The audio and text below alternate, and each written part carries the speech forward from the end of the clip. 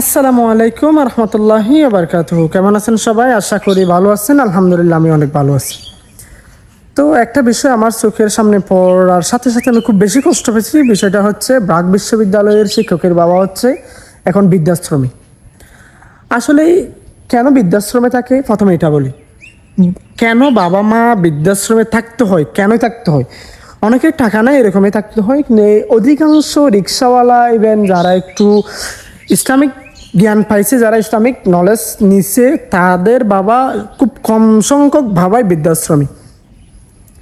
যত সংখ্যক বাবা বৃদ্ধাশ্রমে আছে তাদের সন্তানরা হয়তো ম্যাজিস্ট্রেট, না হয়তো মানে বিশ্ববিদ্যালয়ের শিক্ষক, নয়তো বা বড় ব্যাংক কর্মকর্তা, ইভেন এসব মিলাই যারা জেনারেল শিক্ষিত তাদের বাবা একটু বৃদ্ধাশ্রমে বেশি থাকে। আসলে কেনই থাকে, কী জন্যই বা থাকে, এটা একটু শুনি। এটা হচ্ছে তাদের প্রথমত হচ্ছে ইসলামিক জ্ঞান না দেওয়া। তাদেরকে ইসলামিক জ্ঞান না দেওয়ার কারণে তাদেরকে বৃদ্ধাশ্রমে থাকতে বাধ্য হয়। কারণ একটা সন্তান যদি মানুষ হিসেবে গড়ে উঠতে চাইলে তাকে নিজ নিজ ধর্মের জ্ঞান দিতে হবে প্রথমে। এখানে কথা হচ্ছে বিভিন্ন ধর্মের কথা আসতে পারে, সেক্ষেত্রে বিভিন্ন ধর্মের কথা আসলে অবশ্যই নিজ নিজ ধর্মের, যার নিজ নিজ ধর্মের জ্ঞান দিবেন, অবশ্যই নিজ নিজ যার প্রত্যেক ধর্মের মধ্যে বাবা মাকে সম্মান করার বিষয়টা আছে। বাবা মাকে সম্মান করার বিষয়টা আছে যদি ইসলামিক জ্ঞান দেন। যারা আমরা মুসলিম আছি তারা যদি অবশ্যই ইসলামিক জ্ঞানের সন্তানদেরকে দেন, কখনো আপনার সন্তান আপনাকে ধোঁকা দিবে না। 100% গ্যারান্টি আমার থেকে নিতে পারেন।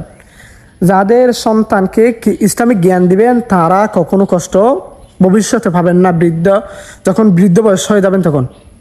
এখন মূল কথায় আসে। মূল কথায় হচ্ছে ব্রাক বিশ্ববিদ্যালয়ের যে শিক্ষকের বাবা এখন বর্তমানে বৃদ্ধাশ্রম আছে, ওনার একটা ছেলে হচ্ছে ব্রাক বিশ্ববিদ্যালয়ের শিক্ষক, আরেকটা হচ্ছে কানাডায় থাকে, মনে হয় বিদেশে থাকে, এরকম একটা নিউজ দেখছি আমি। ওইখানে দ্বিতীয় ছেলে যেটা আছে, প্রথম ছেলে ওইখানে থাকে, ছোটো ছেলে আর ঢাকায় থাকে। ঢাকায় যেটা থাকে এটা হচ্ছে এই ব্রাক বিশ্ববিদ্যালয়ের শিক্ষক। আসলে মূল কথা হচ্ছে ওনাকে তো প্রথমে দিচ্ছেন জেনারেল নলেজ, মানে সাধারণ জ্ঞান ঢুকাই দিচ্ছেন মাথায়, কোনো ইসলামিক জ্ঞান দেন নাই। ইসলামিক জ্ঞান দেন বা না দেন, ওনাকে নৈতিক শিক্ষাটা মোটামুটি দেন নাই। নৈতিক শিক্ষা দিলে আপনাকে বৃদ্ধাশ্রমে থাকার কোনো কথাই আসতো না। কারণ আমি প্রত্যেক বাবা মাকে এতটুক পর্যন্ত বলবো, যাদের সন্তান এখনও ছোট বড় হচ্ছে তারা অবশ্যই সন্তানদেরকে নৈতিক শিক্ষা দেওয়ার জন্য চেষ্টা করবেন। যারা নৈতিক শিক্ষা দিবেন, ইসলামিক শিক্ষা দিবেন, তারা ভবিষ্যতে কখনো কষ্ট পাবেন না।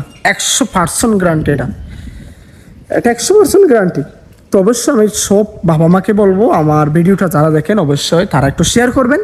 কারণ অন্য বাবারা যারা আছে, কোনো যারা ইয়ং বয়সে বিয়ে করছে বা সন্তান মোটামুটি বড় হচ্ছে, কি শিক্ষা দেবে সেটা নিয়ে ভাবতেছে, অবশ্যই তাদেরকে আমি একটাই সাজেস্ট করবো, সেটা হচ্ছে আপনার সন্তানকে আপনি সুশিক্ষা শিক্ষিত করেন।